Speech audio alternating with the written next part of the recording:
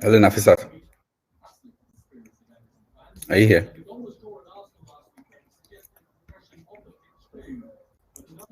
Hi, everyone. Welcome. Welcome.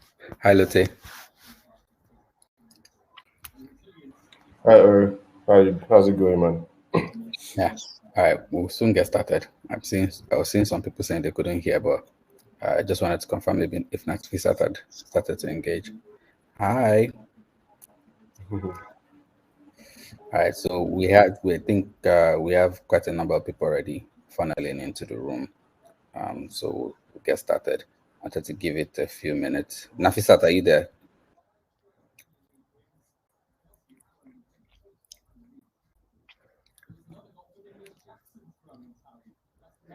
Lotte, how are you feeling now? I hope you're a lot better. On the road to recovery, man, but couldn't That's miss good. the session. Thanks for pushing through. Yeah, anytime, man. Hi, Emmanuel. Welcome. I see you're listening from Abuja. Welcome.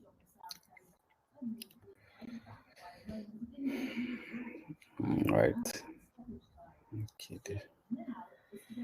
Okay. All right. I think we can get started. Nafisat, can you hear me? Please confirm.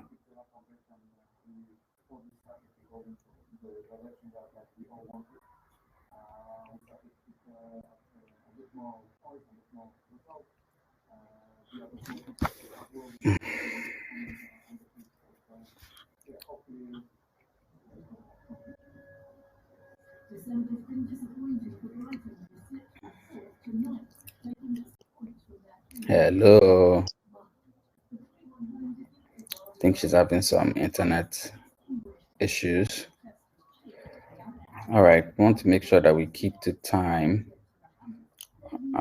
So we'll get started shortly. Hi. Hi, Amakaro. Where's my phone?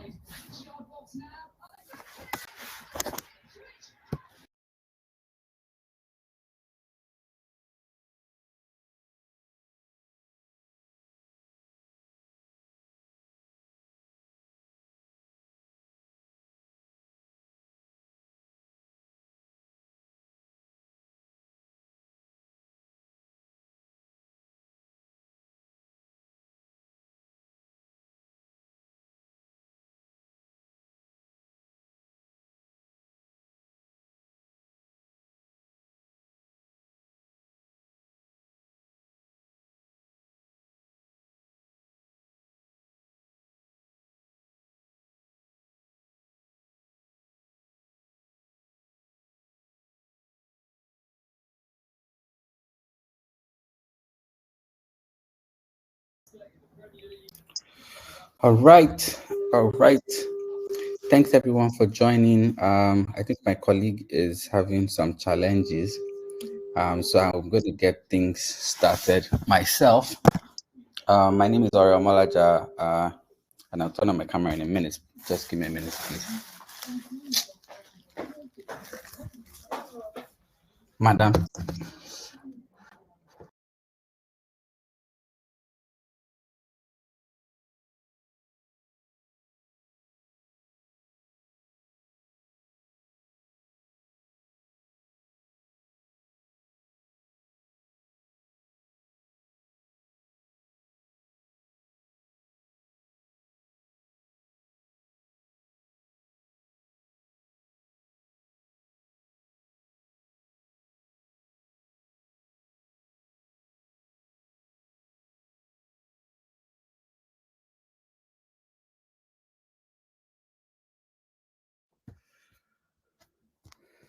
Yeah, I'm here now. Apologies. So sorry for the delays, guys. So we'll get started now.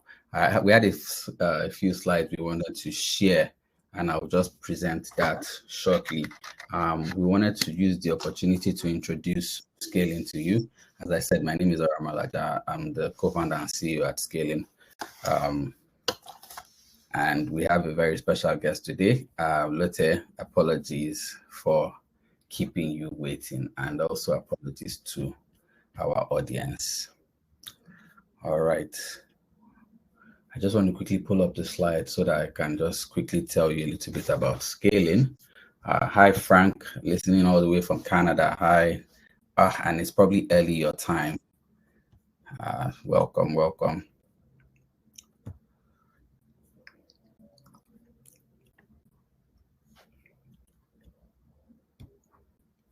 Okay, all right. So just quickly,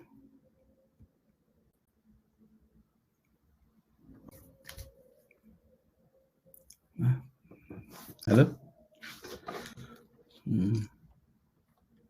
So I'm going to tell you, I'm trying to bring up the slide, but unfortunately, I feel like my access is also restricted. So, but just quickly, I'm just going to tell you a little bit about scaling. So at scaling, what we do is we help connect, talents to opportunities. We focus on customer-facing roles, so sales, marketing, customer success. We've been doing this for almost 4 years now. In terms of my personal experience, I've been in sales for over 16 years. I've worked across various industries and I've worked at various companies at different stages, at the startup stage, at the mature stage, already at the expansion stage. And so, Deborah, sorry, your data is wasting. Don't worry, I assure you, you get the value for it. Apologies. Your data is not wasting.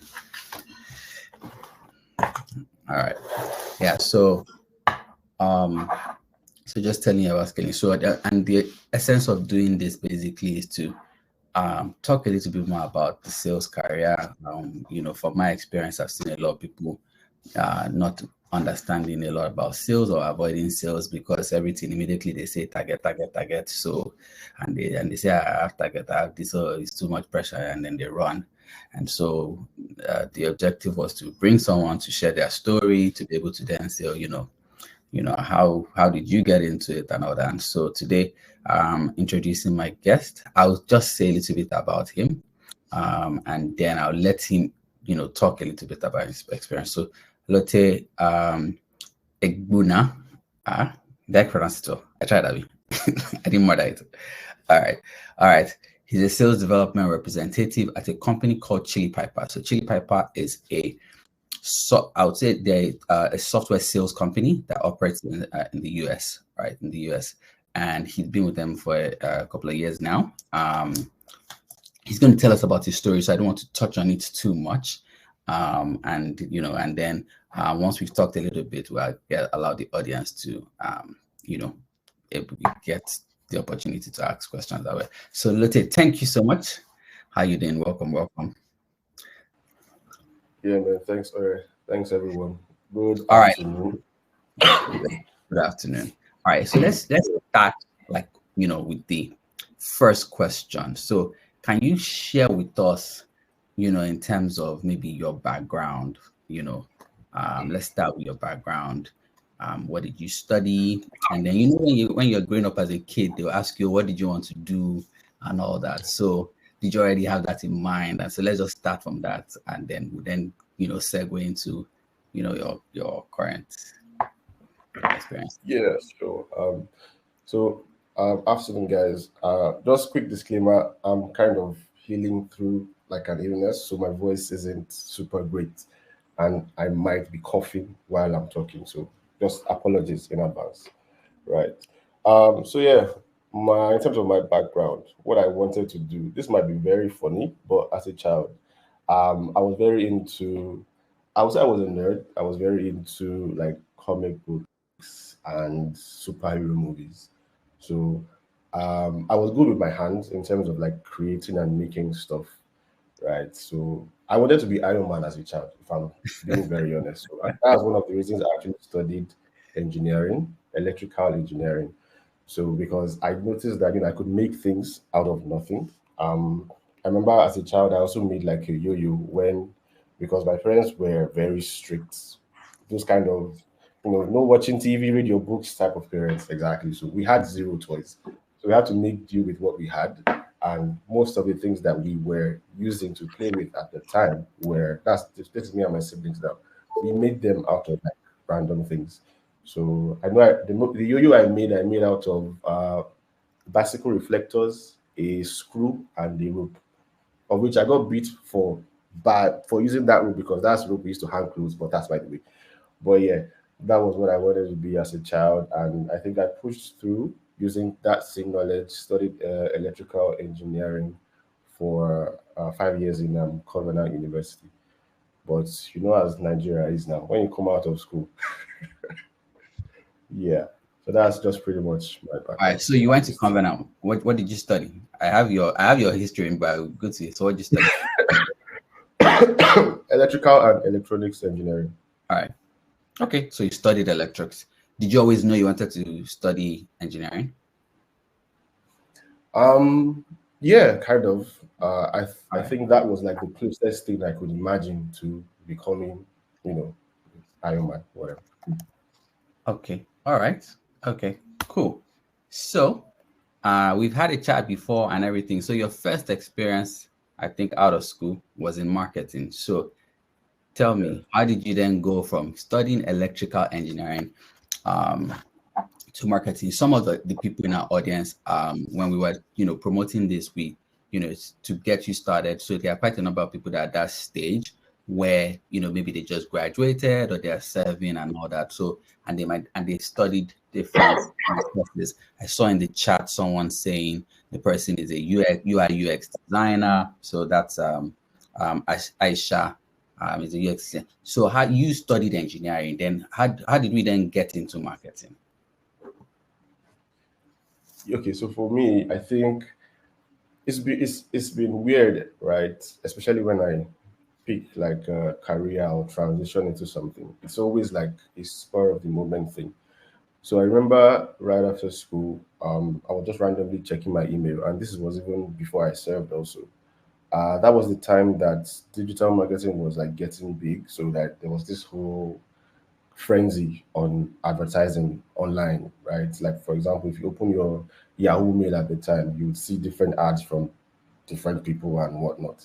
Mhm. So I saw an ad for an agency that was recruiting. It was a digital marketing agency, right? And honestly, I had zero clue what it was, but it looked fun because they had like things jumping up and down, and it looked like something interesting. So I just clicked on it, and it took me to uh their application page, which I did, filled all the forms. I had zero expectation, if I'm being honest. I didn't even expect that they were going to get back to me or anything, but Mm. it just seemed like something fun to do at the time, so I did it. And I think a couple days later, I got an email that with the normal assessment thing that was very popular at the time, where you have to like answer some very funny questions. Yeah, which I did. Still zero expectations, right? Because I was just waiting for NYC at the time, so I was home, not really doing anything. And yeah, I got called back, which was very weird to me. And I remember the interview process. We did it in one hotel in Ikeja. I was the only one that studied engineering there. Everybody else was like from communications, from marketing, from things that actually have to do with the role. There were like hundreds of us, right? And there was just me, the just graduated engineering student, probably not in his place, right? And did all the interview process. I remember it was like a panel discussion. There were like 10, and it was just me. And I was very young at the time, so I was much smaller, right? So it felt like I was defending my life, not even just applying for a Mhm. job. It seemed very serious, right? And there was a bunch of objections. I remember one of the directors there told me that, why am I even here? Like he asked me that question. Yeah. Like, you have zero knowledge, you have zero skill, you have zero background. So why are you here? Okay. Honestly, I don't remember what I You said, you don't remember what you but said? Okay. All right. Go but ahead. apparently what I said was able to convince him. Let me So ask you a that's question. Do you have an idea? Maybe now that you reflect, do you have an idea? Because one of the things we want to touch on here is like skills, maybe soft skills, some things that are not always obvious. We talk about sales and all these things. We always for sometimes for other roles, sometimes we focus on the technical things or you need to know how to do it. But there are some things that just naturally in terms of maybe communication you need to know? Do you recall if there was anything that you did that made them say, okay, we want to take a chance on you? Absolutely. So I think the things that stood out for me was number one, ability to communicate and articulate what it is I want. Okay. Number two was willingness to learn.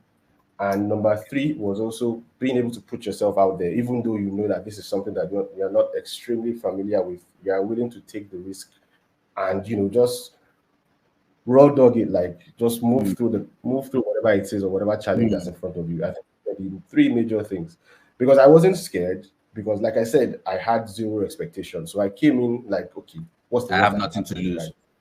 lose. Exactly. I came in like I have nothing to lose, so I spoke how I know how to speak. It was an interrogation to them, but to me it was just a conversation. So I just spoke normal, answered their questions very clearly. I was able to articulate what it is I wanted, both for myself and what I wanted to gain from them, because obviously I did research. And yeah, that was it. So communication, what's the second thing I mentioned? Yeah, Yeah. pretty much, yeah, that's it. All right. Okay. Good. Good. Thanks for sharing. That does help, and those are, I think, very important skills, like you said, communication, being clear, being articulate, right, in terms of what you want. So not sometimes when we get, I always tell people, like if I'm interviewing, when you get into an interview or you're even communicating, a lot of people always ramble, right? They keep talking, talking, talking, talking.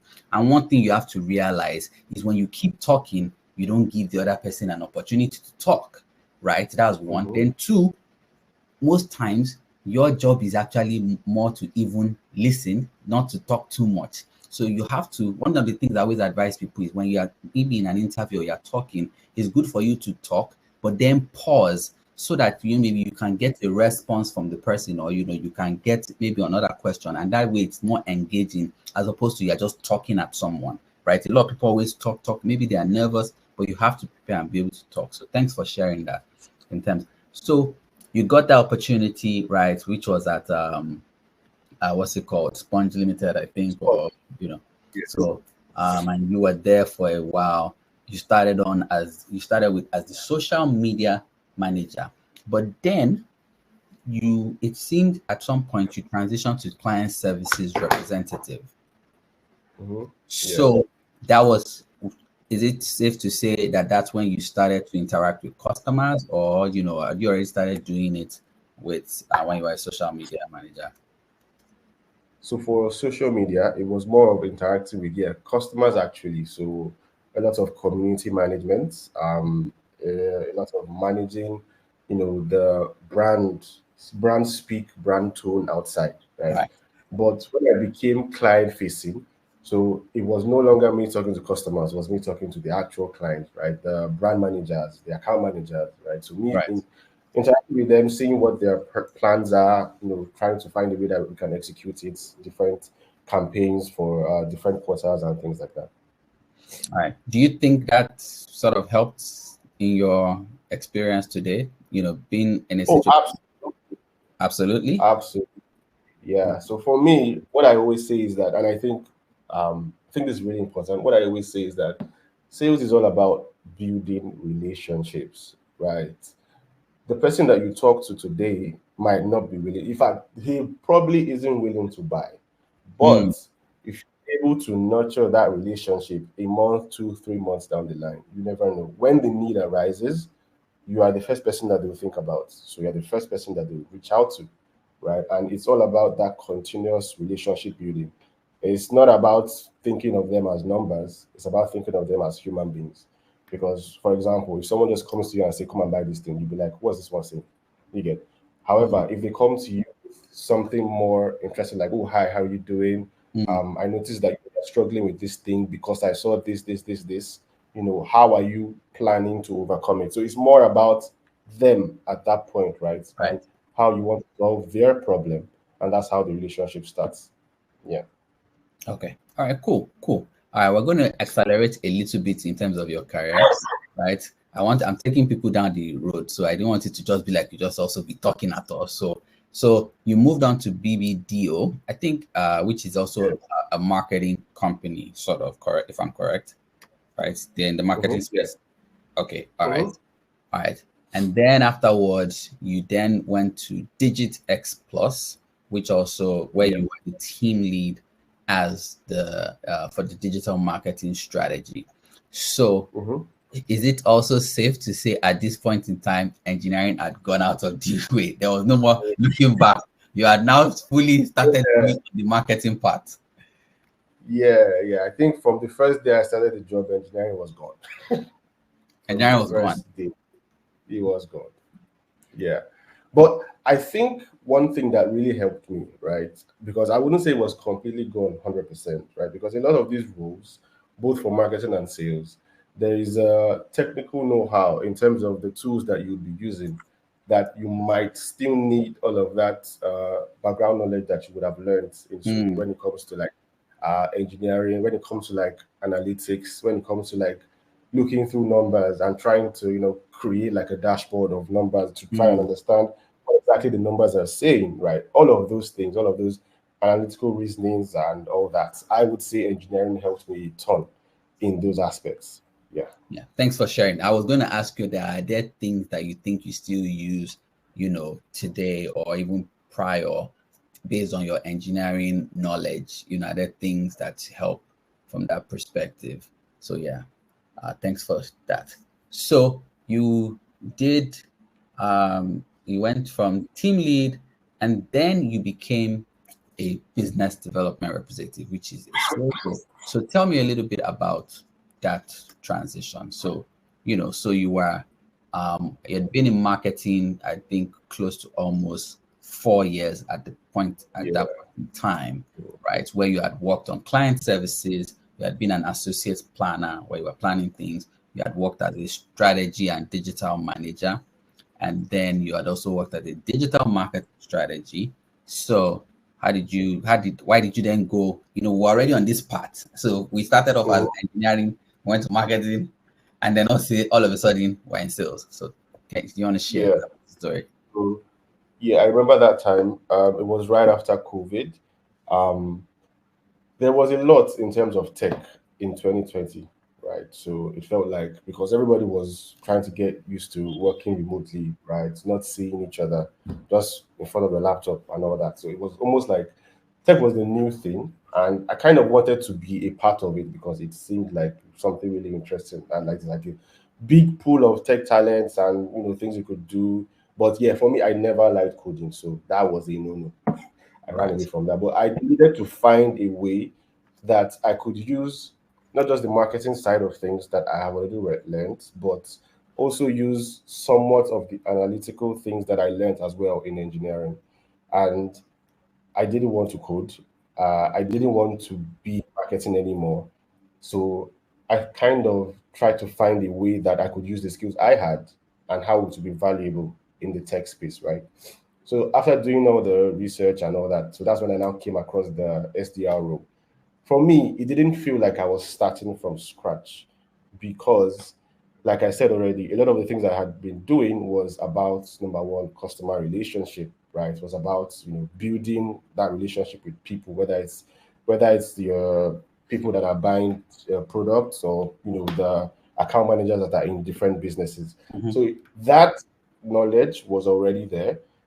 It was now more in terms of how can I use that knowledge in the tech space, and I think sales answered all of those questions for me. um, in terms of the relationship building, of course, you are reaching out to people on a daily basis, right?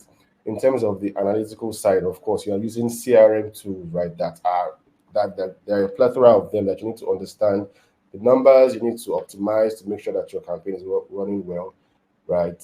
And what was the last thing? And number three, yeah, it was fun too because it felt more like I said, I was having conversations with different Mhm. people, and not only was I reaching out to them for them to learn something from me, I was also learning from them. Because if you talk to different people, that's when, like, for example, your knowledge base broadens. So you kind of have to put yourself in their shoes to understand their challenges before you can speak to them, right? So it was like a hack to always learning every day. Because, for example, sorry, if I want to reach out to you now, or that you are the co-founder of Scaling, I would have to research you. I would have Mhm. to research scaling. I would have to research the industry. I would have to research the market. So all of those things I would know simply because I want to reach out to you. Now imagine doing that for 10 people every day from different companies, different businesses, different industries, different markets. After a while, you become like how would I put it, like an encyclopedia because you already have all these things. You research them every day. So let me So ask you a it's question. I'm going to just take you a little bit back. Before you got this role, and I'm going to touch about on the company because I know our audience, a lot of people, this is what they are interested in. I'll talk a little bit about the company. Before you um, took this role, you were doing the marketing. Did you know what a BDR was? Did you know? Okay. So do you want to share I what is a BDR? Who is a BDR? So sometimes you hear BDR, and I'll talk about the difference in terms of a BDR and an SDR, right? So maybe you can just highlight and then for the audience at least so they know, what. So what did when you heard or about this BDR, did you know it was or did and then tell us how did you then know what it was? at first I didn't, obviously, but after a while, and obviously after when I say after a while, I do mean after I had started doing the actual thing, was when Right. I figured it out. So a BDR is like the first line of, I won't say the first, but the first line of introduction to anything. Like it could be, the business, the company, the industry, whatever. So the BDR is the first person that you would talk to, right? The BDR is the person that would reach out to you. Then you would now like maybe do your own research, find out more about what the company does, what the person would explain it to you, right? But the BDR is the first. So, for example, if a BDR reaches out to you with with comms that is not so great, automatically everything you think about for that business is going to be based on what that BDR said. So you are like an ambassador of whatever it is you're doing or selling, pretty much. All right. All right. Thank you. So, um, Suleiman, so a BDR is a business development representative. Sometimes you might hear people say a sales development representative. They're slightly different depending on, but business development does a little bit more in terms of like new businesses. Um, a sales development rep, maybe sometimes the business is already at maybe a product market fit. So that's kind of one way to just understand the differentiation, but they're very similar. The prime, like Lotte said, the primary thing is, as the first person you are engaging, what as the first person a customer engages with is because that SDR or BDR is doing things around lead generation, prospecting. They're the ones that do the first level research. So you heard Lotte talking about researching on a co-founder, on the company, on the industry. So an SDR or a BDR, they do a lot of research, and that way they know a lot about companies and who they are and everything. And the reason why they're doing research is because they want to know how to be able to sell to them. So I hope that answers your question. All right, so thanks, Lotte, for that. So you then got into the role, and then you are now a BDR, basically. All right. Mm-hmm. So tell me, how was this role for you? Tell me, let's tell us. So you worked as a BDR. Let me give a little bit more context for the audience. So you worked at a BDR, and maybe you Mm-hmm. can share one more because, like I said, our audience, I know that this is one of the things they're interested. You worked as a BDR at a company called Volley. Now, Volley is a company that operates in Canada. They're a Canadian company. So you are sitting down casually in your team lead, the digital marketing strategy role at Digitex, which was based in Lagos, right? So how Mm-hmm. did you then, jackpot or well, you didn't jackpot, you're in Lagos. So, but how did you virtually jackpot to Canada? Tell us, share with us. There are a lot of us that like Okay. this type of opportunity. Yeah. So like I mentioned, I was already researching tech stuff and the Right. BDR stuff. So what I did was that on LinkedIn, there's on the job section, right? I'm able to see notifications of different jobs every day that come in that fit the criteria of what I want, right? So, for example, I was looking for fully remote roles, obviously. So, that was one of the keywords. I was looking to be a BDR. So, that was another keyword. I was Okay. looking to work in North America. So, that's US, Canada, Mexico, another keyword. So, when a job comes out that fits those three criteria, I would get a notification on it daily and I would be able to apply for it. So that is, I would say, the quickest way that you can see them on a daily basis because obviously you are applying on a global scale. So it's not just you at this point, right? Mm, You are going against people all over the world. So the quicker you are will give you an advantage. okay. All right. Okay. Thanks for sharing that. Now let me ask, maybe in terms of, so I know about Volley, right? But did you know if Volley was looking for Nigerian talent, or you just threw your hat in the ring, or how do you, and is there a way to know if the company, and we'll come to Chili Piper. I know we built up to getting up to Chili Piper, like because Yeah. Chili Piper is a US company, right? Did you know, or is there a way to know with what you just talked about on LinkedIn? Oh yeah, so you would see on the job site to be remote, that's fully remote. So there's a difference, right? Most companies would highlight whether it's fully remote or remote in certain locations. Mm, However, if they don't, another way you can tell is if you go to the company page, you check where they are domiciled. So for example, every company would have where they are, like in the US or whatever states they are in, mm-hmm. and then you check people that are working there. Check if they are also in the US or if they are scattered across different countries in the world. That's another way you can know that they have a fully remote team. So Right. yeah. All right. Okay. Thanks for that. All right. So now, can you tell us a little bit about your experience as a BDR in volley? So why don't you share out maybe like your day to day, this you have worked, yeah, and maybe you can shed a little bit more about what volley did, who the target, Okay. who their customers were, and maybe skills that you needed to learn, right? Because for a lot of people that are trying to get into tech sales, and if you're working with companies that are abroad, there are things you need to learn. There's culture, there are nuances. So can you share a little bit about that? Sure. So Volley, Volley was, I like to classify it as an agency for SDRs and BDRs, where that role is outsourced, right, to different companies. So let's say, for example, if Scaling now is looking to hire BDRs, right? But they don't want to go through the stress of having the BDR domiciled as a scaling employee, quote and Yeah. unquote, right? So they would reach out to Volley. Volley has, or Volley had, the BDR pool where when companies reach out to us, we are able to give them BDRs, basically. I mean, so that's it. And then they will pay for those services. So it was a thing of, sorry, Sorry. yeah. So it was a thing of being able to outsource the BDR function. That was pretty much it. So, and I think it really helped me because there were instances whereby I would work for like one account for 1 month, and the next month I move to another one.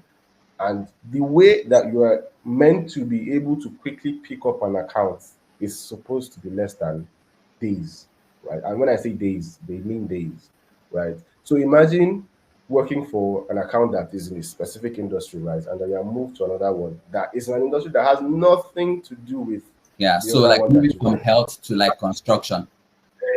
Yeah, exactly. So you have to be quick on your feet. You have to be very quick when it comes to research, and you have to be able to, what's the word? Flexible. Yeah, be flexible when it comes to being a BDR. So I think that really helped me as the first Mm. BDR role that I had. If I do recall correctly, I worked with over 7 accounts in my time at Volley, and these cut across LMS, health, fintech, construction, as you said, and the creative industry as well. Okay. Nice. Nice. Okay. Cool. And in terms of your maybe other things you had to do in terms of your day to day. So what were you doing? So as a BDR, you know, you were probably cold calling, cold emailing. Were you calling people, and then what countries were you calling? Now, just before you answer that, just to help people paint a picture, when you are defining volley, I actually always say that volley is like Andela for sales. So that might be an easy way Mm, to just say. And coincidentally, the co-founder of Volley was, one of the co-founders of yeah. Mandela. So it was probably a logical step where he went for Mandela for technical talent and then looked at Mandela for sales. So yeah. All right. So as I was saying, so were you doing cold calling, cold emailing? Were you and in terms of working maybe with tools, can you share a little bit about the tools you used? Yeah. So let me paint the picture from start to finish, right? So the first thing, obviously, that you would do as a BDR, that's if you're assigned an account, after you've done like your research on the account, you know what you're selling. The first thing that you would do is to understand who it is you want to reach out to. They are called the ICP. So ICP is internet customer profile, right? So those are the people that would most likely be willing to buy what it is that you're selling within different accounts, right? So, for example, in North, okay, I'll just keep using scaling, right? So, scaling now would have their own ICP. They are probably targeting different regions, right? So it could be Africa, North America, whatever. So that is one ICP profile. They are probably targeting learning leaders within certain industries. So Mhm. that's another ICP profile. So you will use all of those ICP profiles, right, to create what's it called now? Like a picture of who you want to reach out to. Persona. Once you've done yeah, like a persona of who you want to reach out to exactly. Once you've done that, then the next thing obviously is to find that person, right? To find the person that fits into all of those buckets that you have created as a persona for your business. That's the prospecting side. And one thing that I always do is so I always try to start big and then filter down, right? When I say start big, I would list all of the personas that I've created, all the line items to whatever country, whatever role, whatever level in whatever industry. Once I've listed all of that out, LinkedIn, obviously, LinkedIn is going to be your biggest prospecting tool. LinkedIn Sales Nav and then your CRM. So depending on the CRM the company uses, Salesforce, what's the other one called? Outreach, you know, instantly and the likes. There are many, right? So depending on the CRM that you use as well, because you would have some personas already imported in your CRM. So yeah. So but LinkedIn is always going to be the best thing for you to use. That's just from my perspective, obviously. So once I've done that on LinkedIn Sales Now, I'll have like a bunch of people, right, that I could reach out to. Then for me, I don't know how this is like my own personal experience or what I would usually do. I would, from that point on, start looking for buyer signals. So buyer signals are like, for example, this is another leg where it's rough idea of how to put it, right?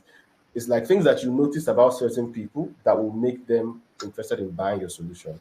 Like, for example, growth is a very good buyer signal. So if a company is on a growth phase, so growth could be that they're hiring, growth could be that they just got funding, Mhm. right?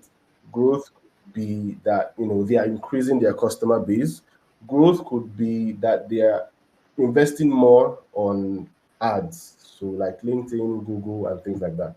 So obviously, when people are doing those things, you know that they are searching for customers. Like they want to reach out to customers. They want customers to see what it is that they're offering. That's a very good buyer signal. I would look for that and then create a bucket of people that fit into that and then keep it. That's like one.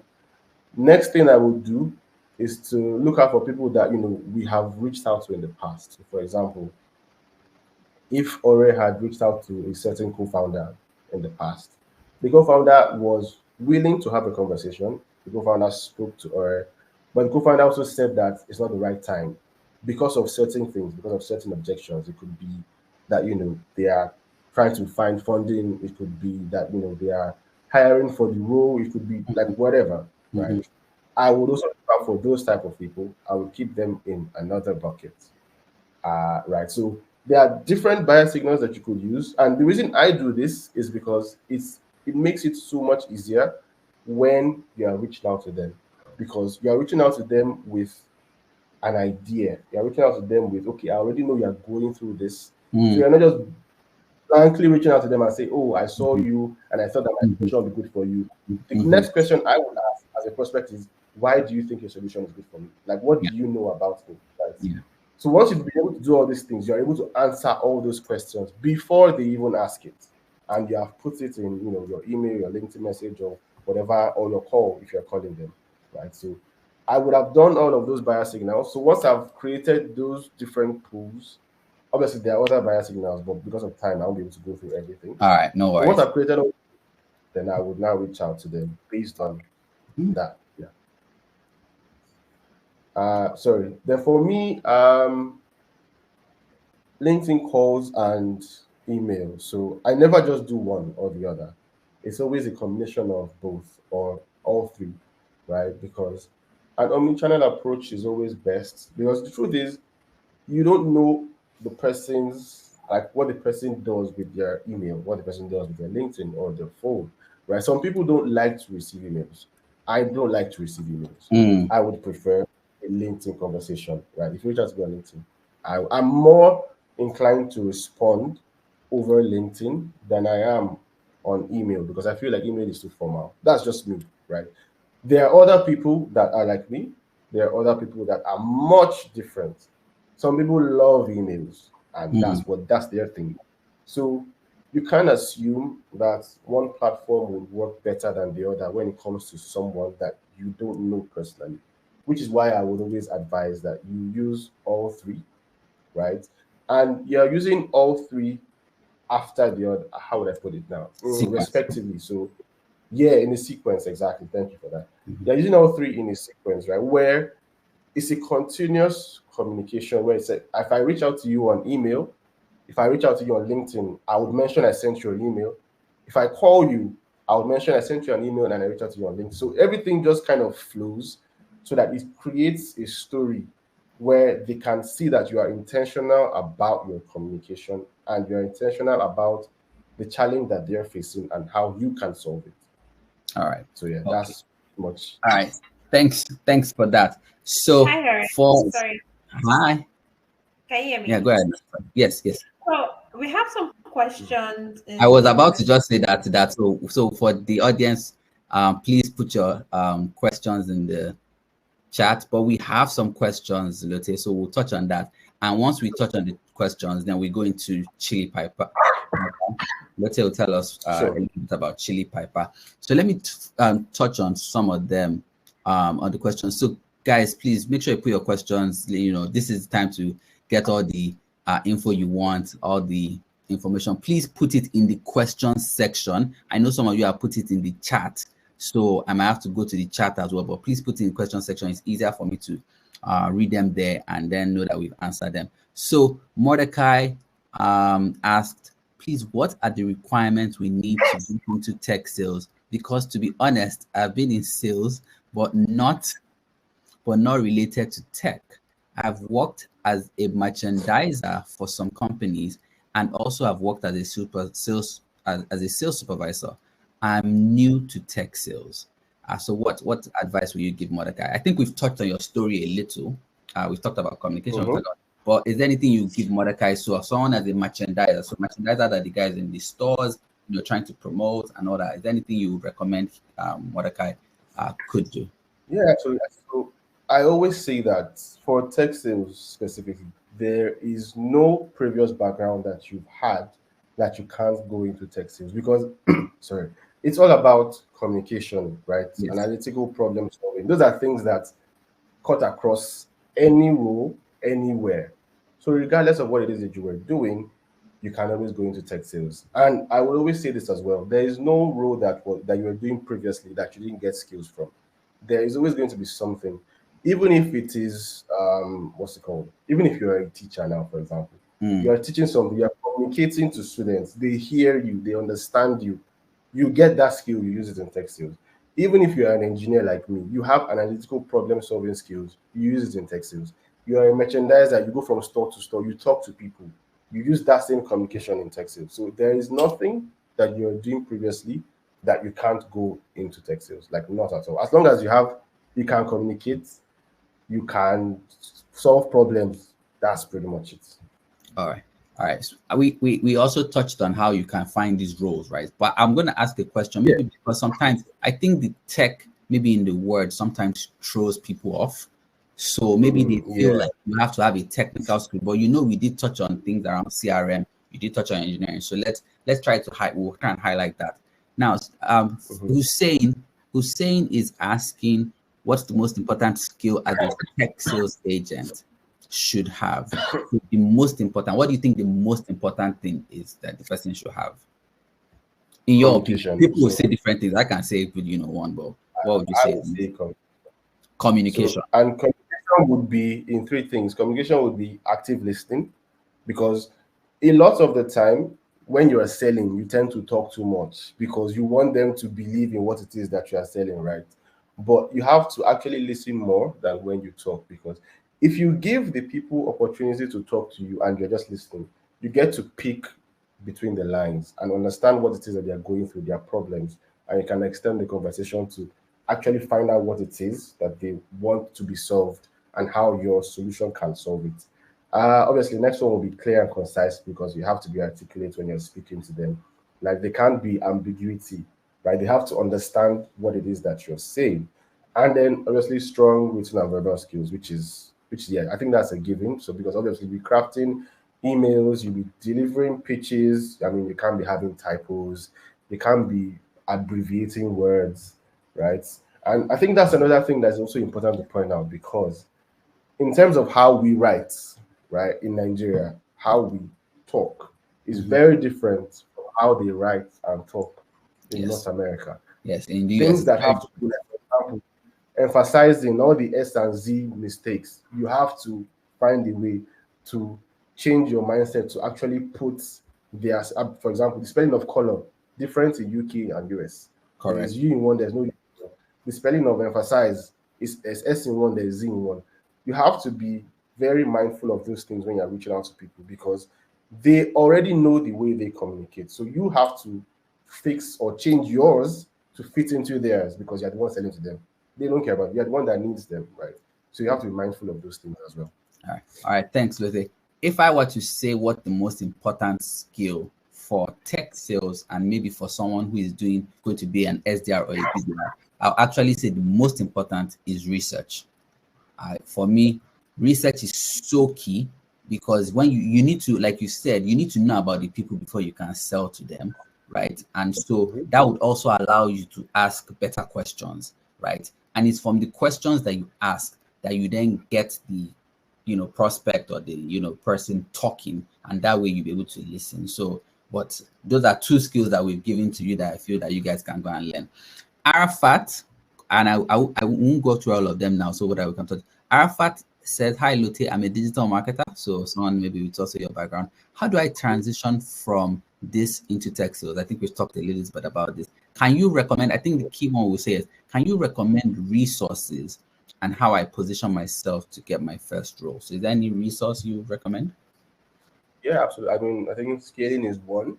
Um, I would say join a lot of communities, like, for example, Rev Genius, Bravado Sales.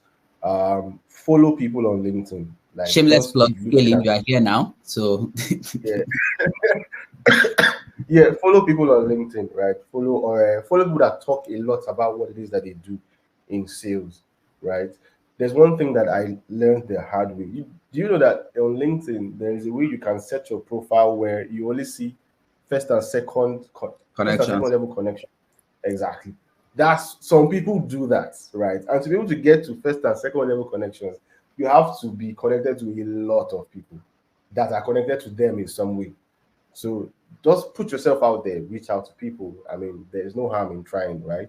Um, do role playing exercises. That one really big, very especially for cold calling, because you can be caught off guard a lot of times. But yeah, Hmm. All and right. yeah, I will sign up for trainings like this as well. All right. All right. Thanks, Lotte. So we'll come back to the questions, some of the questions I want to touch, because I want to touch on some other things. But let me ask, right? Mhm. So you did volley, you became a senior BDR, so you were promoted in there and everything, and then you went to Chili Piper. So, and Chili Piper is in the US market. So tell us a little bit about Chili Piper, and you're an SDR at Chili Piper, and you've been there for a year. So tell us about Chili Piper. Woo.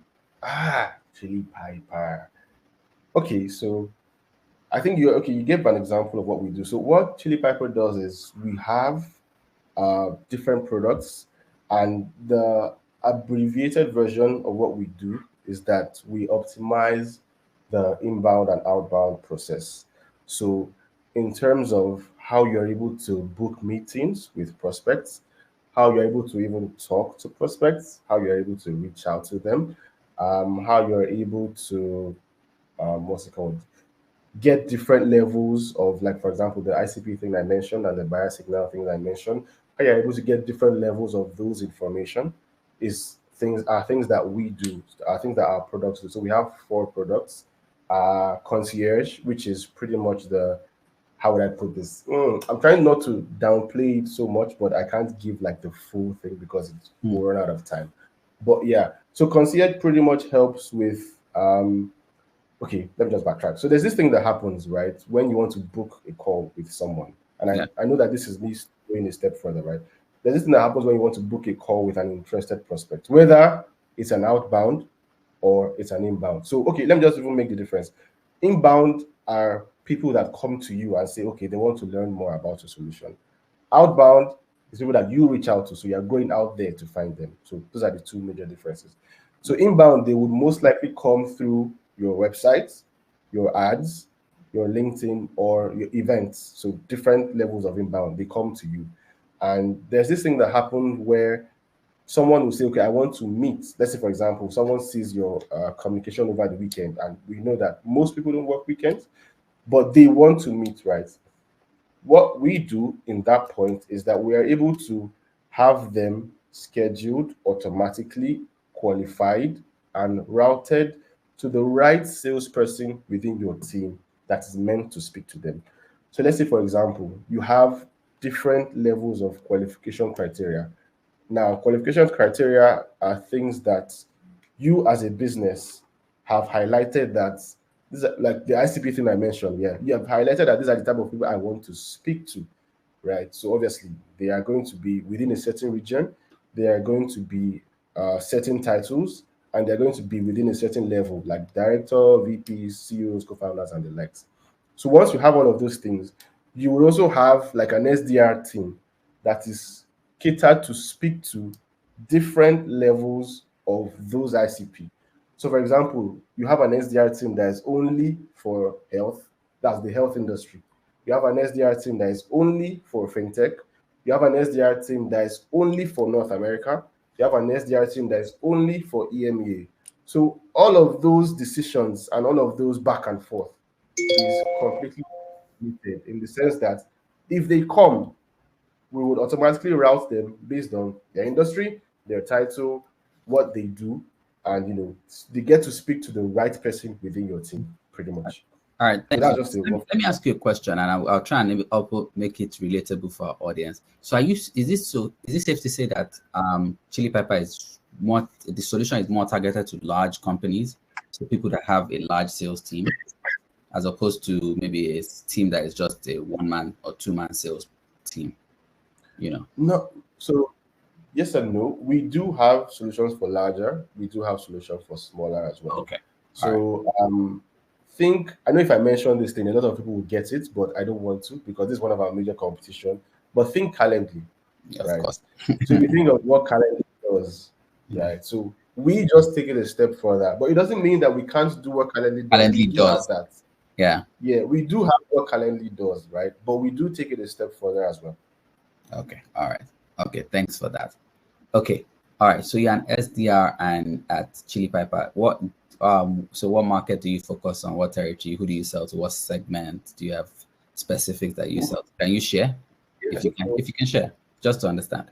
Yeah, I think I can share. It's fine. So like I said, we reach out to revenue teams. So in the revenue team, you have the marketing, you have sales, you have demand gen leaders, and the likes, and also sometimes customer success because a lot of times people will read that one.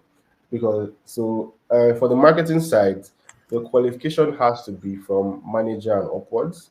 Mhm. So marketing managers, demand gen managers, then directors, VP, and the like. So for sales, it's from director and above. And the reason why we don't reach out to sales managers is because there are too many different nomenclature in terms of sales manager in different companies. So for example, if there are some sales managers that are account executives, there are some sales managers that are SDR team leaders. we don't want to reach out to those people. We want to reach out to people that actually have the buying decision, which is why we omitted that for only for sales. For customer success from managers and upwards as well. In terms of region, I'm focused on EMEA, but an EMEA is what's it called again? How do I Europe, define Middle it East, and again? Africa. Yeah, Europe, Middle East, and Africa. Yeah. So, but it doesn't take away from the fact that I can still reach out to North America, which is US, Canada. If I bring in a deal from North America, they're not going to say no, obviously. But my focus is on EMEA. All right. Okay. Thanks. So, in terms of Chili Piper and this our topic, how did you get the opportunity at Chili Piper? So you were at Volley again. As is, people are trying to get into jobs. So, and you've been successful to getting all this. You're just going from different countries, and you are sitting down here with us in Lagos, and just so how did you get this opportunity? We want to know. Share with us. Yeah, I was waiting for this question. So this question, this one, I'm going to be very candid.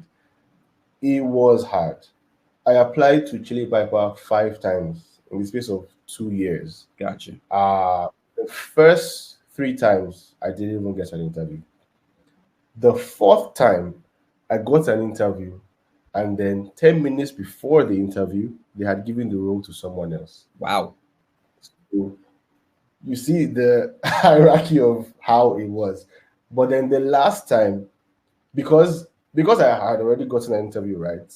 They already knew me, and I was already in that pool. So when the role opened up again, they actually reached out to me and said, "Okay, this role is open. Would you like to apply?"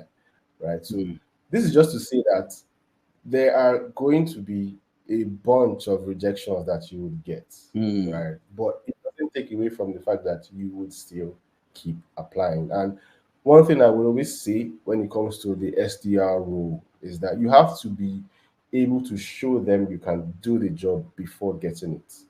How you do that now, for example, are going to be things like personalized emailing to the hiring managers, right? Doing your research on the company, showing that you already understand what they do, what they sell, and the industry. You have to be able to put all of that either in email, LinkedIn. If you can find their number as well, you can call. But I mean, that is a stretch. But if you can do that, I would say go for it, right?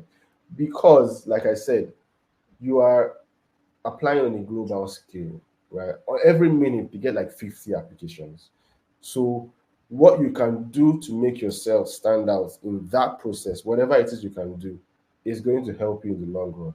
So, for example, if you want to be very active on LinkedIn as well, do that. I would say, in fact, in fact, a lot of companies love to hire people that are active on LinkedIn simply because it gives them more visibility to also reach out to other people, because obviously if you work there, automatically all your connections now become first and second degree connections for the company and its employees, right? So that's already a thing for them. So they love that.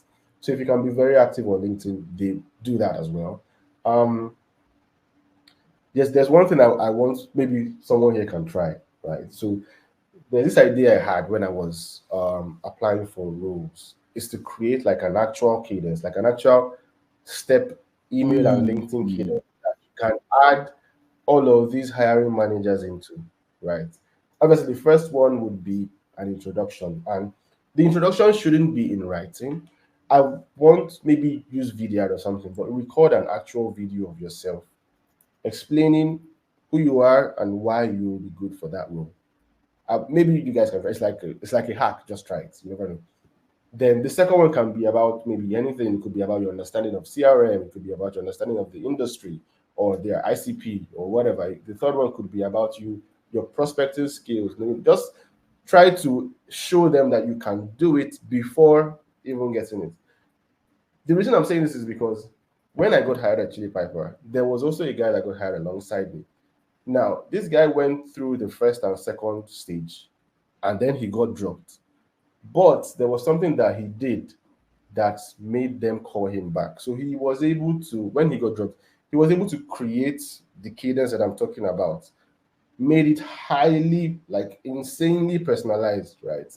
With images and gifs and whatnot and videos, you name it. He did that. And when they got that email, immediately they called him back that he should continue the interview process. So these are things that you will need to do, or you will need to do, because like I said, it's a global scale. There are thousands of people applying for the same role as you. So whatever it is you can do to show them how much you stand out and how much you can already do the job before even getting it, right? Is it going to be? I mean, they always tell you that don't worry, there'll be trainings and all that, but truth is, they want someone that can do it. They will never outrightly come out and say it, but it is true. The quicker you are on your feet to be able to do all these things, the better it will be for you. All And right. then finally, so just one more thing. Go ahead. Go ahead. When you get into the interview, like I mentioned, being able to speak clear and concisely, especially when you're talking to someone that's not Nigerian, right, is going to be a huge plus. Um, for example, I've done interviews with a lot of, I would say, African companies, and I've done interviews with North American companies as well. There's a major difference that I would take, especially when I'm speaking to different people. For example, if a Nigerian asks you, "How are you?" the ultimate or the natural response that you would say is, "Oh, I'm good. How are you too?" Right? If an American asks you, "How are you? How's your weekend?" they expect that you would tell them how your weekend was, the things that you did. They want to see how well you are able to communicate, how well you are able to share bits and pieces about yourself, things that you are interested in, right? So if they ask you, don't just say you're fine. If they ask you how was your weekend, tell them how your weekend was. Tell them, oh, I did something. Oh, I went out with my family. It was so fun. I had not seen them in a while. And honestly, I did that for a long time. And you notice that the first 5 minutes of your interview will just be you talking. Conversation. And exactly. And already, if you're able to do that, it not just helps them, but it also helps you because now you're calm. You're no longer tense. It's more like you're speaking with a peer, right? You're no longer, oh my God, I need to get this, right? So and when you notice that when you're calm, when you're able to articulate what you're saying, it's so much easier and you just have the conversation. Yeah. All right.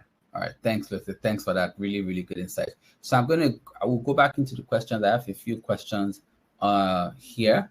And just following on what you just touched on, are there any, common mistakes that you would say, people make, or any mistakes that you've made that you can share, saying, I made this, probably avoid it, don't do this, blah, blah, that we can learn from? Mistakes. I would say assuming that you know everything. That's a big one, right? Like I won't say getting to it, but yeah, getting to relax can be a mistake. Assuming that you already, because you've done it for like a year or 2, 3 years, right? You Right. assume that you know everything. The thing about tech is that it's always evolving. There's always going to be a new tool. There's always going to be a new competition that does something better for cheaper. There's always going to be new people, right, that have different mindsets. So it's going to be ever evolving, right? You're always going to have to learn every day, every single day. So Okay. yeah, assuming that you know everything is my, I would say that's my own. All right. Okay. Thanks for that. Now, um, just quickly, we've talked a little bit about, rejections and all that, right? So as a salesperson also, in terms of, um, hiring and even in sales, is there any particular way, how do you handle rejections? How do you handle no's? So even in terms of applying for jobs, and then also in terms of, even as a salesperson, when you're trying to sell and they're telling you, more, I'm not interested. No, are there things you do that helps you in terms of handling all this rejection? So on the rejection side, I would say it's a lot of mindfulness, Hmm. right, and mindset, right. So because you would get a ton of rejections every day, right? So imagine that you are trying to talk to a girl or a guy and they reject you. You Mhm. would get that feeling at least 5 times every day, every day. And some people are less, not as nice as some others. Right. So I remember the worst rejection I've ever got. Actually, there were two. One guy called me a racist. Wow.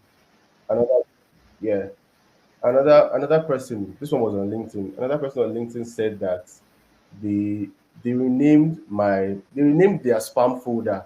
Sorry, this is a bad word, but I'm going to. I don't know if I can say it. I get what you mean. Can I? Go ahead. So they renamed their spam folder something folder, and then Yeah. put me inside. Then he now said, "Enjoy being the that word," All right. and that was like, honestly, my response to that was just laughter, because there is nothing I could have done or said, because I can't assume what the person is going through, right? The person could just be Mm. having a bad. That is probably not who they are on a daily basis, right? So for that one, what I did was I responded with laughing emoji, and I said, this is the funniest objection I've ever gotten." And he actually responded back and said, "Thank you. That you need to learn how to take this." Yeah, he said, "Thank you. You need to learn to take these things with a pinch of salt." So it's most of the time when you get responses and rejections, never take it personal, right? Always know how to remove your personal self from it, because truth is, they don't know you personally.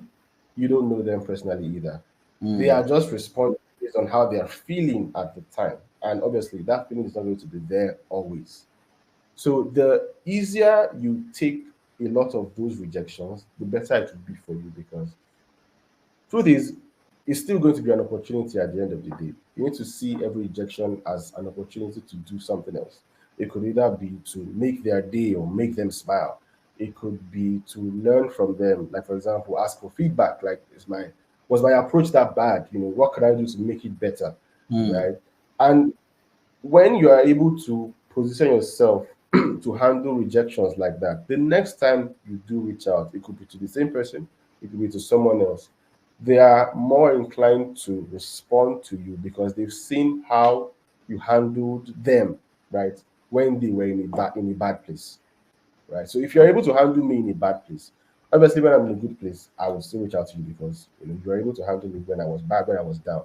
So never take rejection personally. Always embrace it. Think of it as an opportunity, either to improve your approach or to learn from whoever it is that is giving you that rejection. All right. Yeah, Thank always focus.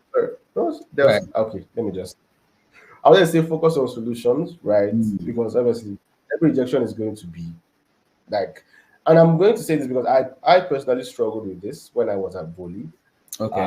When I get rejections, it always felt like the world is crumbling. Like I'm not worth it anymore, because why is this person rejecting me? It's very easy to take those things personal. And at the time, the conversation I had with my manager about that was to kind of write down my wins, right? Have like a list of things that you've done well, that you were praised for, or you want to praise yourself about. So when you feel that way, you're always able to just go back and look at them and say, okay, I was able to do all these things now, so this is nothing, right? Yeah. It's still the same way. So it kind of like changes your mindset, where you're no longer having this self-doubt, because you know that you've done this before, right? It's not rocket science. You've done it before, so I mean, why can't you do it again? Right? And yeah, so that way you're able to celebrate small wins. And another very important thing is to build a strong support system, either of your colleagues, your managers, or even your peers and friends.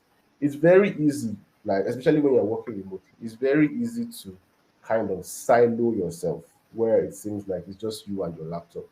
However, one thing I always tell people is that the experiences you get outside of work is what you use when you are at work. Because if you're able to be happy, smiling, doing things that generally uplift you, when you are at work, you will still feel uplifted, Gotcha. right? And sales is a very mind game type of thing, because whatever it is you think in your mind for sales is what you're going Mm. to get. If you think you're not going to get it, you're not going to get it. There is no magic Mm. there. If you think this person rejects me, that person will reject you. If you're thinking negative, especially for sales all the time, it's very easy to think negative. If you think negative all the time, you would get negative Yeah. responses. Let me add So let me add when to you're what able you're even saying a little. let me just add to it, right? I think what Okay. people always have to realize is that sales is a game of numbers, right? You are not going to talk to everybody and they are going to buy. It's a game of numbers, right? Mhm. And so if you already understand that sales is a game of numbers, right? So I always use a formula. I always tell people that for if you want to sell to one person, you have to talk to at least four people. And that's even just being nice. Mhm. So that means that if you want to close 10 sales, you have to talk to 40 people.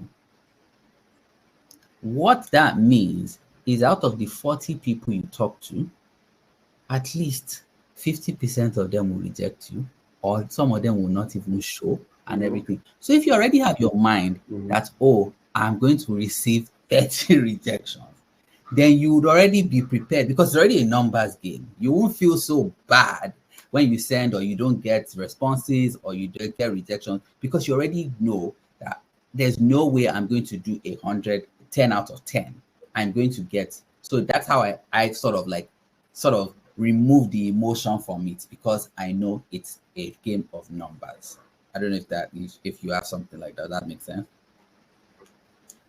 Yeah. Yeah. So let's touch on it a little bit. So do you right now, yeah, and I think this is for some people trying to get into tech, you want to get into tech.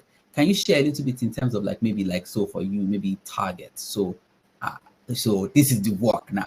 What is the target and then how many people do I have to talk to? How does that work?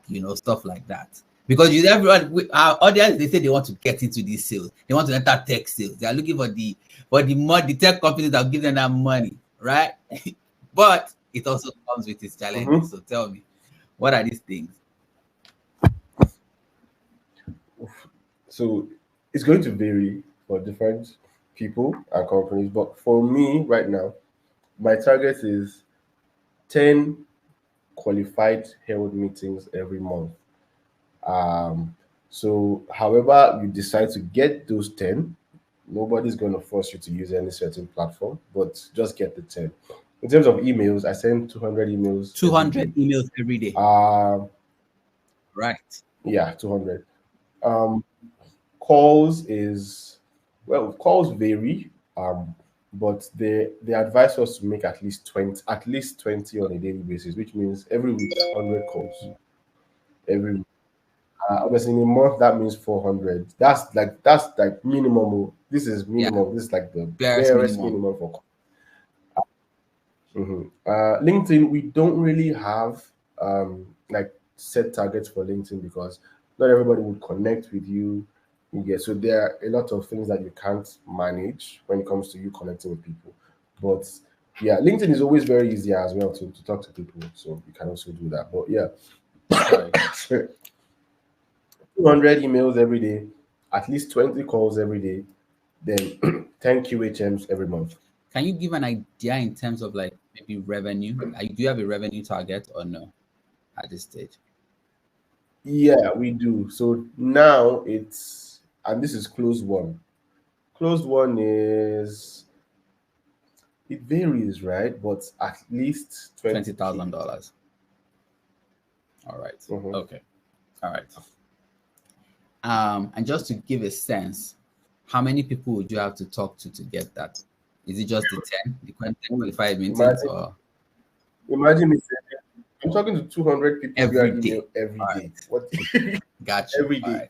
right. Just want us to see the gravity of the work. All right. Okay. Thanks for that. All right. So I'm going to go into some of the audience's questions now, and then afterwards we'll wrap. We'll then come back and wrap up. I'm conscious of time. I hope you guys are enjoying the conversation. I see a lot of questions in the chat. Thank you guys so much for participating. So someone is already asking some of the things that I'm asking, touching on here with their own. I know they all want to know. But for some of the questions that we've sort of touched on, I will just quickly touch on them and not go too deep because I'm conscious Mhm. of time. So someone asked, Adeze is asking, how can I get into sales and marketing? More learn on it. So Adeze, like we said, you have to do, you probably do your research, you probably apply to some of these opportunities. Um, talking as the CEO for Scaling, I'll say the first place you can start is we are a company that helps people get sales opportunities. So check out our job board. I will put a link in the chat. There are opportunities there. We have current opportunities which we want to share with this audience right now, so you can apply and then we'll see how we can help you get those opportunities. Hi, is there any digital skill necessary for tech sales? I think we've touched on skills that you need. So communication, research, all these are skills that are key that I'll say. So Suleiman is asking, realistically, how is the pay? How feasible is it breaking into international markets as a freelancer, possibly as well? I don't know if there's anything you can share on pay before we go. I'm sure a lot of people are curious. So pay is going to differ, Okay. right? So yeah, it's going to differ based on company and the likes. I don't have like a figure that I can say in mind.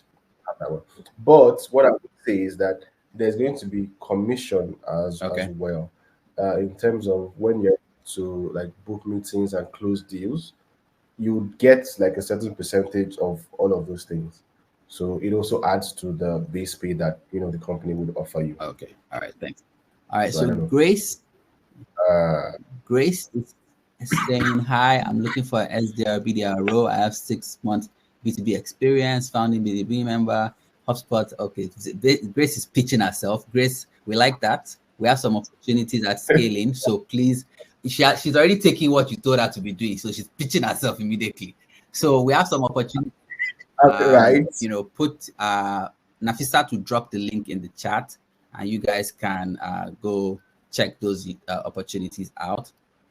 Toby Jinadu is asking, what resources should I focus on to gain B2B SaaS sales and marketing experience? Which social media account and influence should I follow? All right, I think you've touched on those ones, and I think we'll share a couple of people. So Toby, follow Scaling. We have quite a number of sales leaders that we always invite to things like this, so you can follow them. I'm being humble myself, so I'm a sales leader. You can follow me if you want. We can engage, connect. All right. Toby's also asking, what skills should I develop to achieve authority in the field within 2 to 3 months? I think for my response to this one, in terms of I would say you have to always continue to develop 2 to 3. There's no time limit to continue to developing a skill, so don't think of it in terms of the time. Just continue to work on your skills, and you can pick a few skills to be very good at. If you want to be the best researcher, take that and be very good at it, and let people know. Communication is one that we've already touched on, so please be very good at communicating. Suleiman is asking, how important is it to have active socials, kind of like personal branding? So there was a question on personal branding. Lotte, I don't know if you want to touch on this. You've touched on it a little in terms of LinkedIn and all that. Is there anything you want to say? So because there's some people, their LinkedIn is good, but they're not always active. So is this a situation where you have to be posting every day, or maybe post once a week?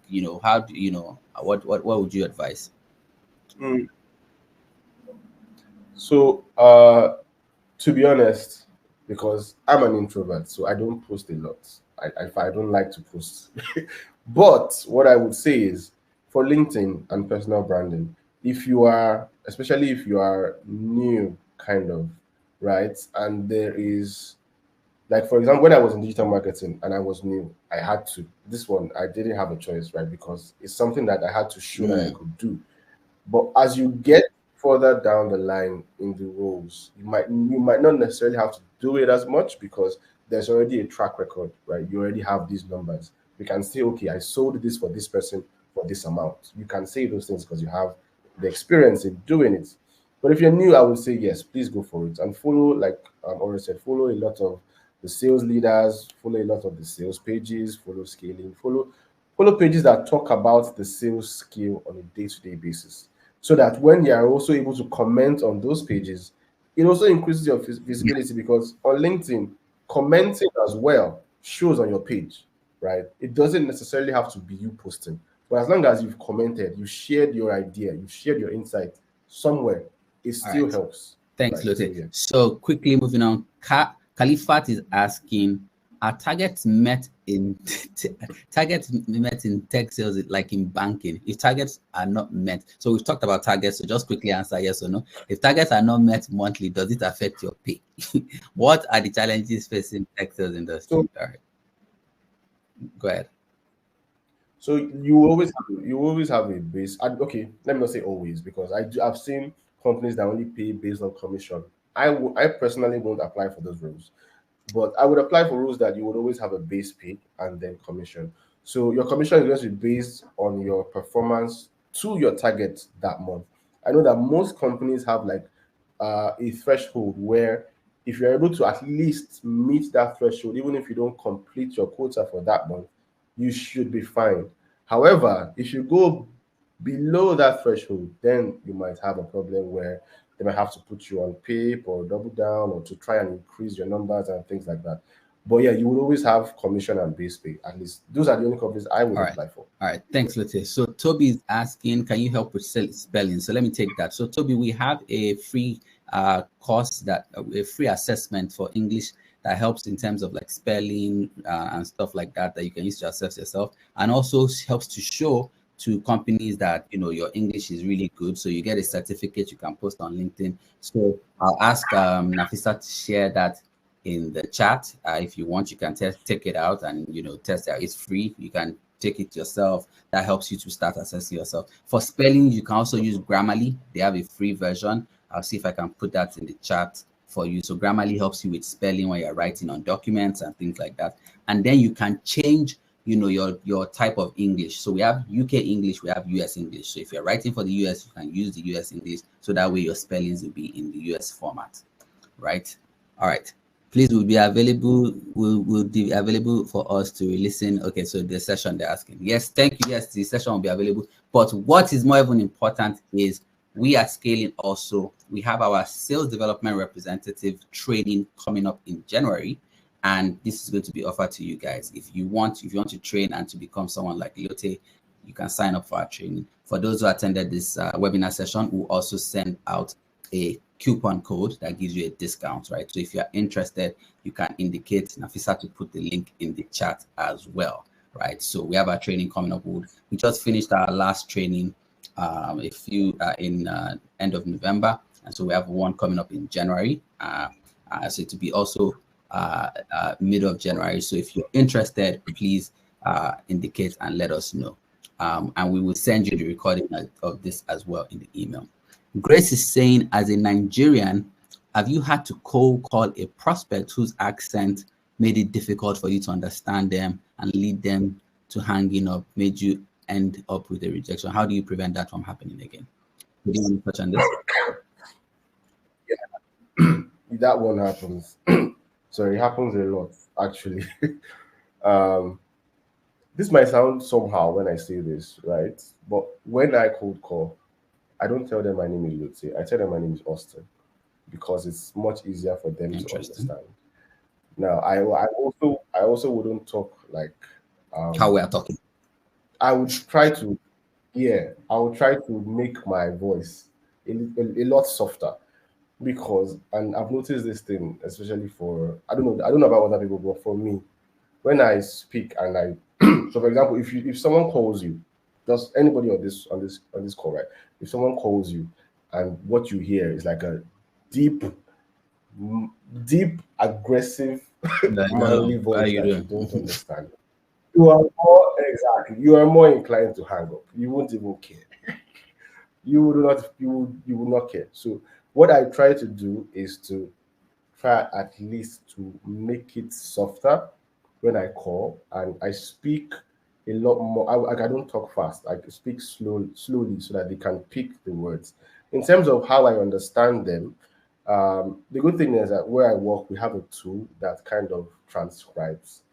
So regardless of where they are, it's able to pick up their accents and transcribe, and it shows you on the screen. I mean, it's an option that you can opt for, both, depending on if you understand them or not. So I think that has made it so much easier in terms of understanding their accents.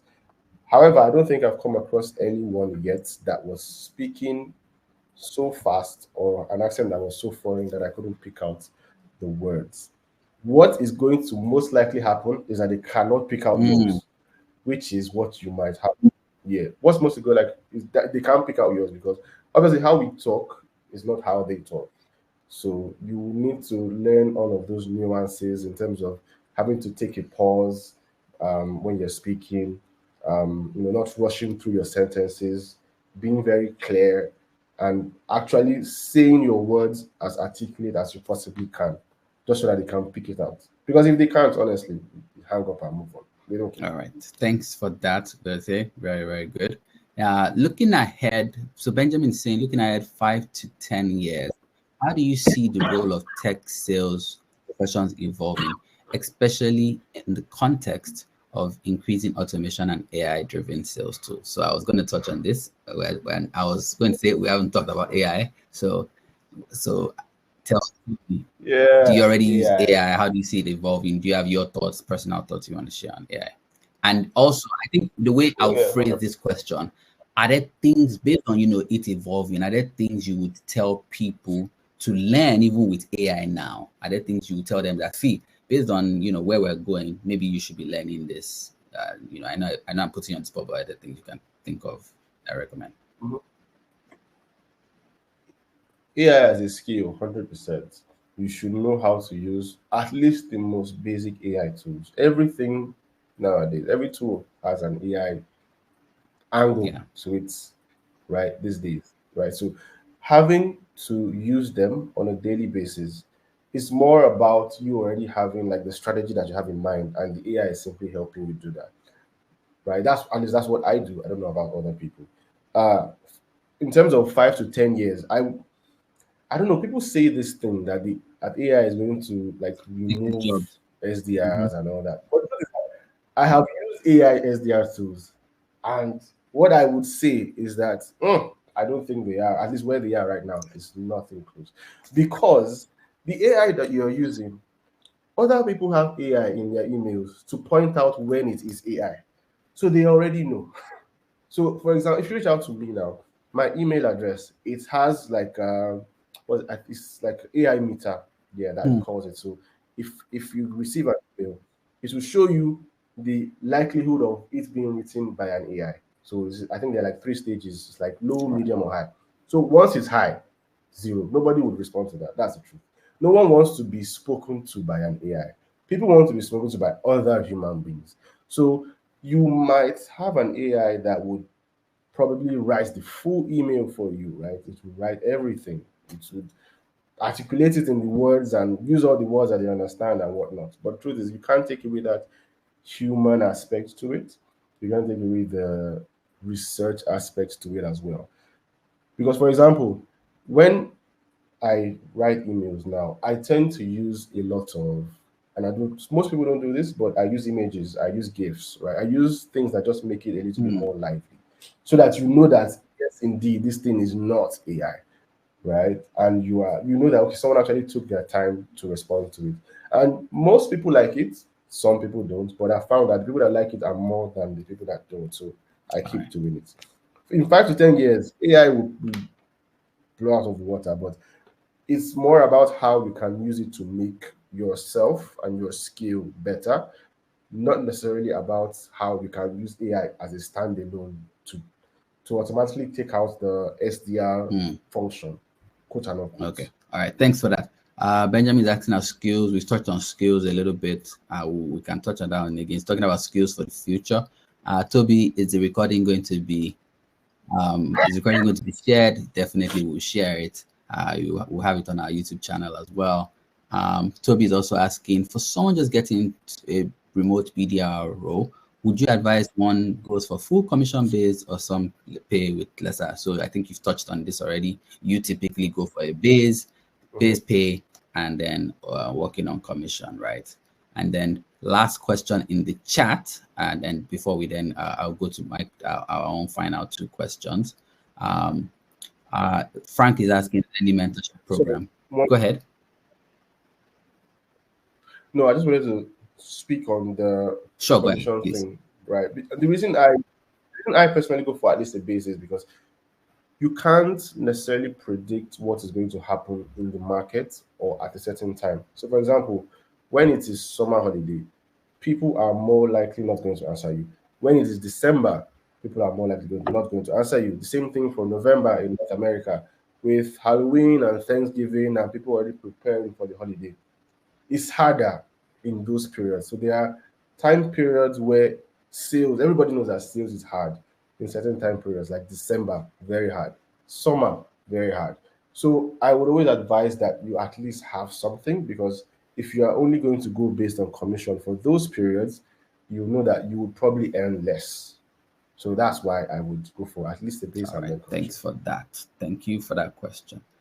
For Frank, I would pull in Nafisat very soon, who is going to talk a little bit about our SDR training course and also the job opportunities that we have. But my final two questions to Lotte. One, the first one I would say is I'm trying to see which one should go first. So the first one is let me talk about okay, mentorship. So do you have sales mentors? We've talked about sales leaders, so I was good. Do you have sales mentors that you possibly look to and how you work with? And how do you engage with Yeah, them? And then the second question, which I feel like would be interesting to people, which I want us to maybe shed a little bit light on, is in terms of if when you're applying for these jobs, is there also anything on your resume, on your CV? How do you position your CV also to put you in the best light? Mentor first and then maybe CV, right? Because people want to get into the job and the CV is also like one of the first places, right? So that they get to know you. yeah. CV is a good question. Okay, but mentor first. Yes, I do have. I do have a couple of mentors, both personally and like the ones I have, like I know and I've worked with before, and the ones that I just follow on LinkedIn, where it's more relationship on LinkedIn, Mm. right? Um, I have Joey, I have Soha. These are mostly people that I've worked with. Joey, Soha, Elric, I haven't worked with. Elric has this thing called outbound something that he typically posts tips on LinkedIn on a daily basis. So that's where I get a lot Are of these them from. are these people in Nigeria Um, or internationally? but no, the ones I just mentioned are Oh, international. I was going to say something else, but a lot of the actual things that I do and where I get most of the knowledge I use and I know are from peers, right? Because I think it's much easier when you both are going through the same thing and then you're able to mm. figure it out because you tried different things. So you know what works and what doesn't work. So I have those people as well. There are a lot of them, right? And most of them are in Nigeria. Or, in fact, they're all Nigerians. So I don't know if I should mention their names here, but Okay. yeah. All right. Thanks for that. So I think we'll put your link if it's okay. We'll put your LinkedIn in the chat if if people want to connect with you.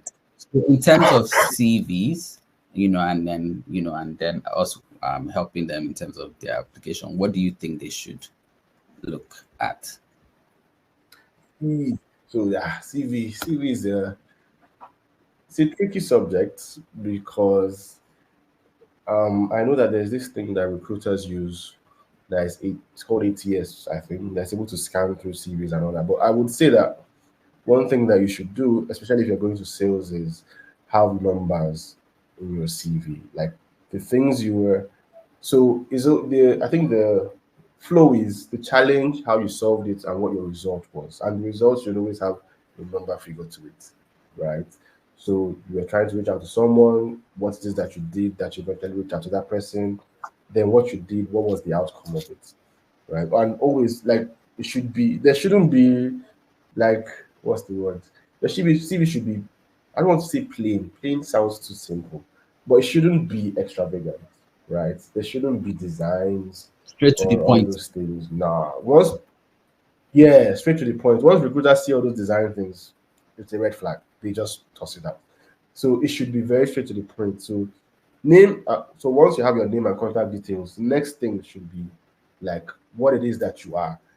You get like your not necessarily a bio, but like a summary of who you are, what your skills are.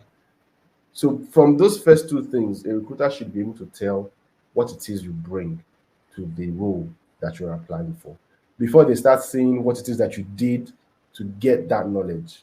You get what I'm saying?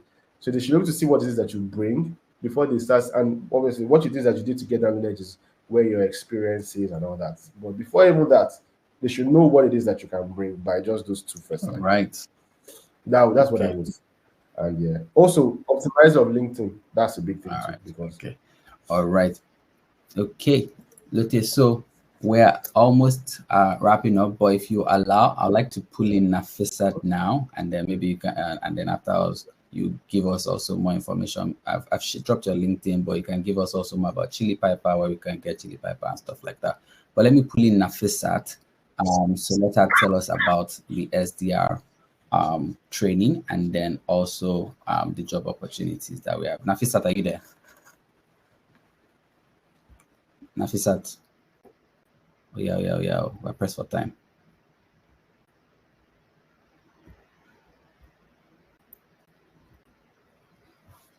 One second, guys. 1 second, please.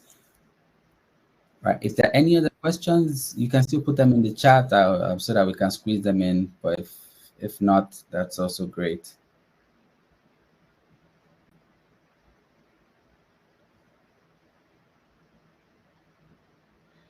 Oh no, Nafisat, I can't hear you. It might be network.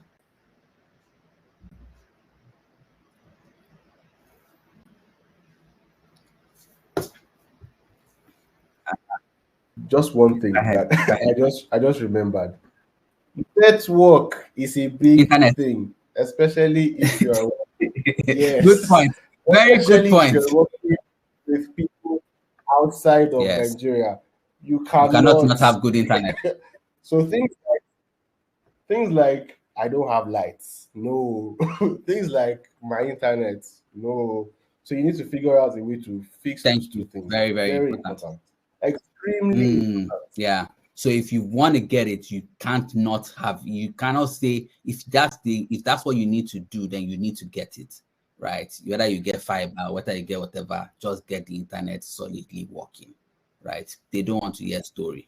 So I agree with you. Also, let me share a little bit more with you guys, even in terms of your devices. So your laptop, as you can see in terms of lighting. So you can see Lotte audible, the lighting is clear, he's sitting well here, you can see him. So like me, I'm not close to my camera, you can see my hands. All these little details apply when you are saying you want to work with people internationally. There are little details, and like I said, it's things that you might not think of, but they really do apply. All right. I have to apologize. Nafisat is having I've just explained that you can't have those issues, but unfortunately, Nafisat is having challenges with her internet. What I wanted to do was talk about our training, but unfortunately, I can't present. So what I'm going to do is I'm going to is she back? No, I'm going to send the link in the follow-up email of this recording. So the SDR training, just to give you guys some context now, is a 6 weeks training that we provide virtually, and it happens twice a week. We also have instructors, so myself and other instructors, so sales leaders come to teach. So we have people who are people who are salespeople. They come to teach these classes.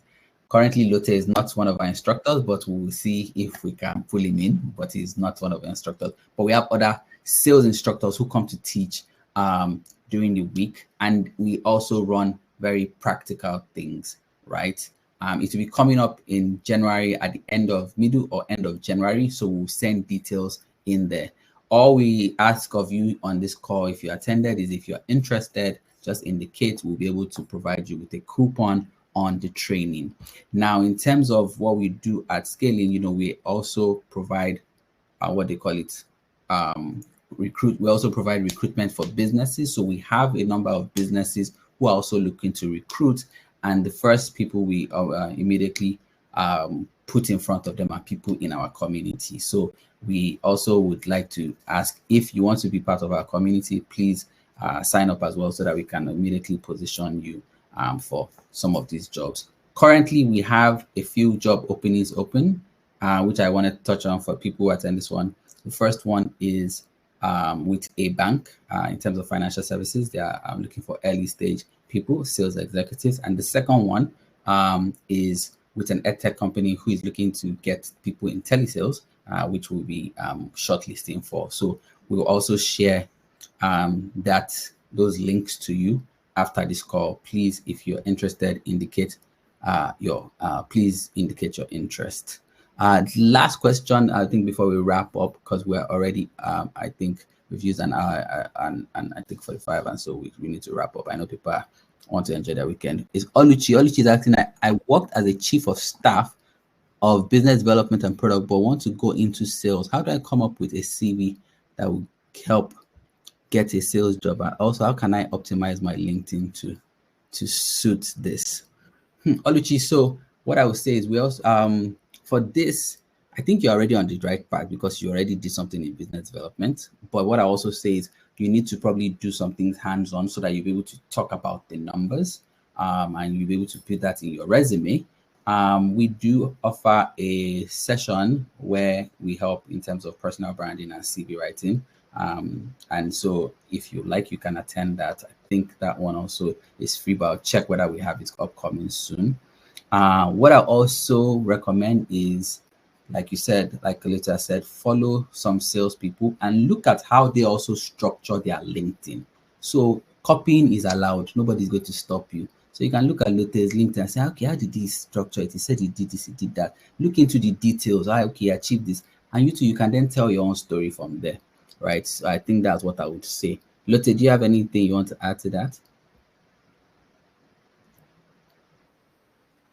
No, I think you're very spot on. Yeah, copying is very much Yeah. allowed, because most of Yes, I copy, copying is I allowed. left. Yeah, you can copy.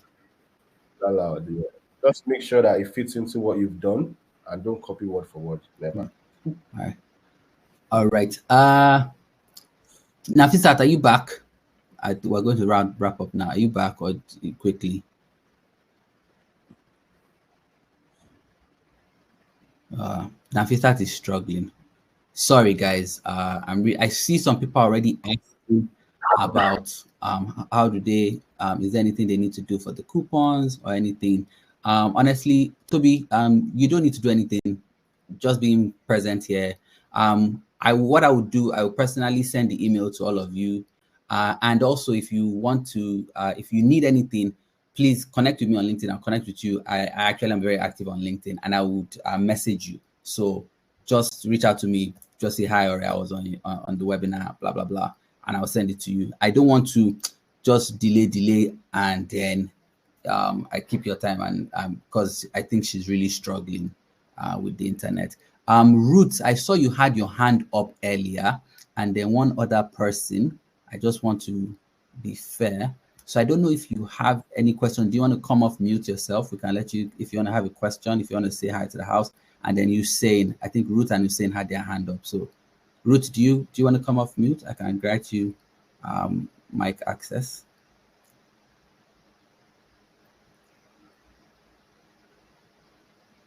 Hello, Ruth, are you there? I think I've given you access to come off mute if you want to say something quickly before we go. Hi. Hello, how are you? I'm here. Fine, Omwala Haji and Lotte. It was really a nice section. Like, I think I've learned a whole lot. I've been in the financial institution for some time, and I'm just transitioning into sales and sales take sales. And I think this has given me an edge. Definitely. I believe it's something I can do. Bottom of my heart, Yeah, I thank you the guys. It famous was network really an issues. awesome one. Ruth, but I think I caught what you said. So thank you for that. And I will look out for you as well. We'll send you the emails. I really appreciate you. I appreciate the kind words, and definitely I'd love to support you down the line as well. All right, one last person is Hussein. Yes, Hussein, are you there? Okay, Yeah, I'm Hussein. here. Okay, yes, go ahead. Yeah, all I want to say is gratitude. Thank you. Thank I you. only have gratitude for what you guys have taught us today. So I'm grateful for that.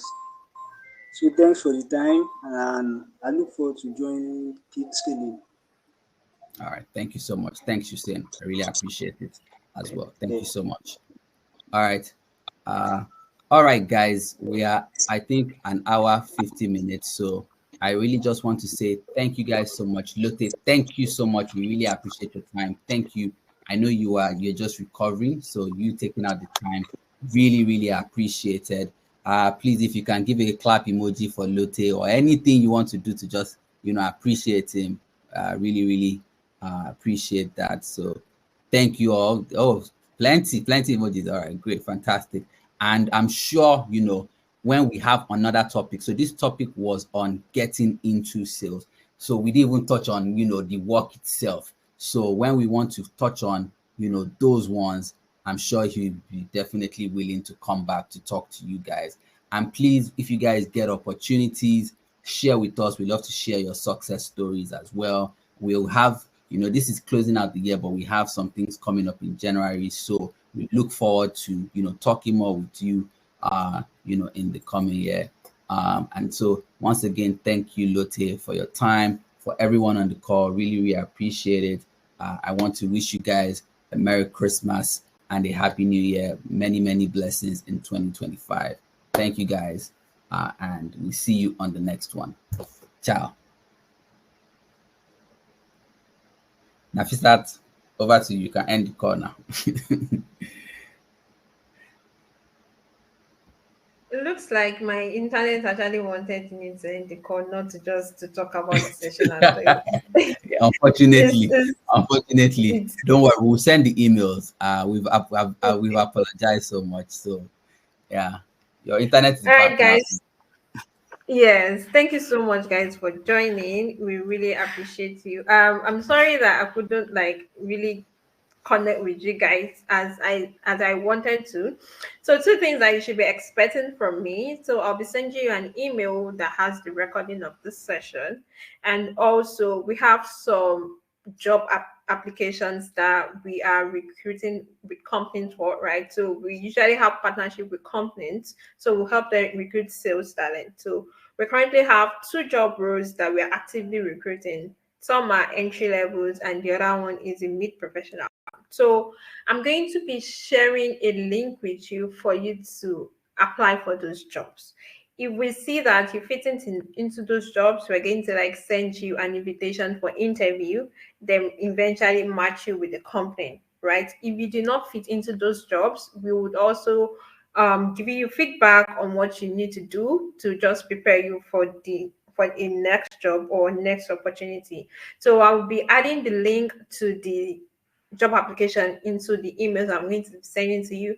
And lastly, because you joined this session, you would be getting a discount for our paid class. So we have an 8 weeks class where we teach about SDR, sales, tech sales, how to get started, everything you need to know about it, the tools that you need to know, how to use HubSpot, how to use Zoho, all the CRM tools that you need to get your lead converted, right? Those are the things that we'll be teaching you in the class. So I'll be sending you those links for you to register. Just like I mentioned, you'll be getting a discount for joining this session. So I want to congratulate you for being able to like attend this session and also learn from us, then also get access to the opportunity, right? So we also have a Telegram community where we share job opportunities and tips, right? I'll also be adding the link to the Telegram community in the chat box.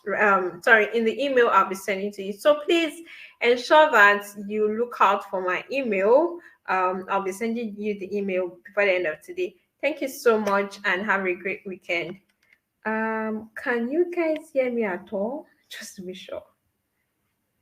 Did you Yeah, guys hear me at all? they can. All Yeah. right, all right. Okay. All right. All right. Thank you, guys. All right.